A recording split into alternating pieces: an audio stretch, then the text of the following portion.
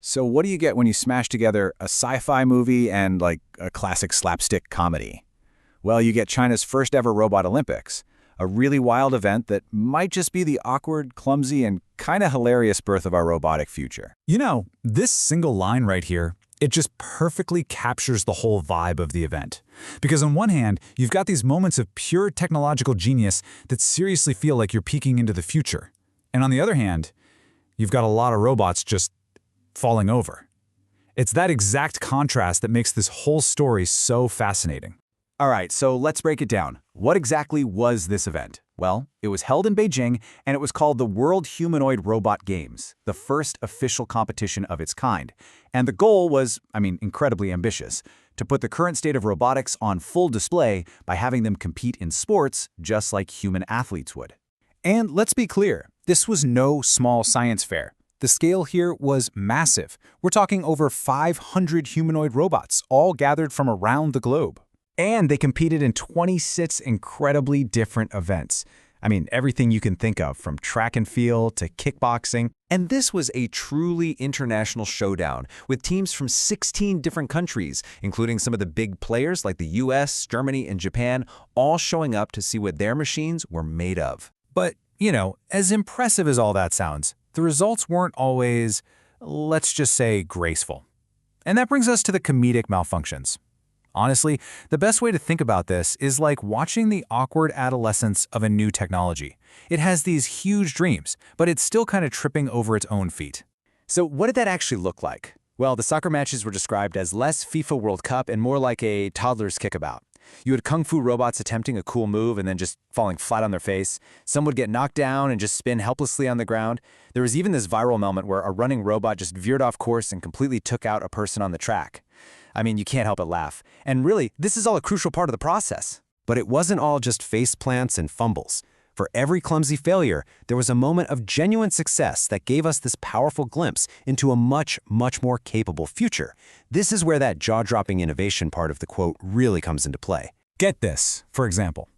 One robot completed a 1,500-meter race, that's almost a mile, in just 6.5 minutes.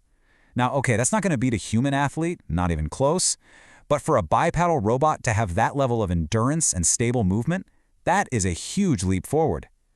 That's the kind of thing that would have been straight-up science fiction just a few years ago. And the successes went way beyond the racetrack, too. We saw robots performing Tai Chi with these incredibly smooth, stable movements. But even more important, they were showing off practical skills, things like sorting medicine, acting as hotel concierges, and even taking orders and delivering food in a restaurant. This is where you really start to see the tech moving from just a cool curiosity to something that could actually be part of our daily lives. And that brings us to a really crucial point. These games are so much more than just sports.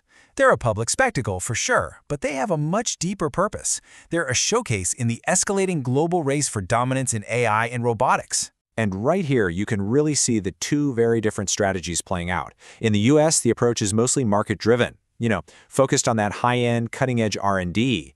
China, on the other hand, is all in on a state-backed strategy. They're aiming for mass production and affordability, and promoting a vision of AI that's more aligned with state control. These are two fundamentally different paths to shaping our technological future. And events like these Robot Olympics, they are a key part of that strategy. It's public promotion, yeah, but it's backed by tens of billions of dollars in state investment and government subsidies. The playbook here is actually very similar to how China supercharged its electric vehicle industry. You make it a national priority, you fund it like crazy, and you show it off to the world. So, if what we saw in Beijing was the awkward adolescence of humanoid robots, then what does their adulthood look like? What are the long-term projections for this technology? Well, the projections are, honestly, they're staggering. Research from Morgan Stanley predicts that by 2050, China could have over 300 million humanoid robots in use. Just compare that to the projection for the US, which is around 78 million.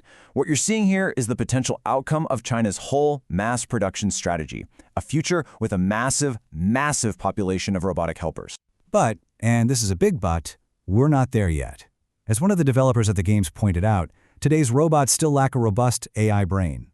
They can perform tasks they're programmed for with incredible skill, sure, but they can't yet think and act truly independently. The real AI age, as he calls it, is only going to begin when they finally cross that threshold. That's the next great frontier. And all this leaves us with a final, really crucial question. When we look at all the fumbles and all the triumphs from these games, and we understand the huge geopolitical race that's happening behind the scenes, you have to wonder, are we watching the clumsy first steps of our future teammates, or is this the start of something else entirely?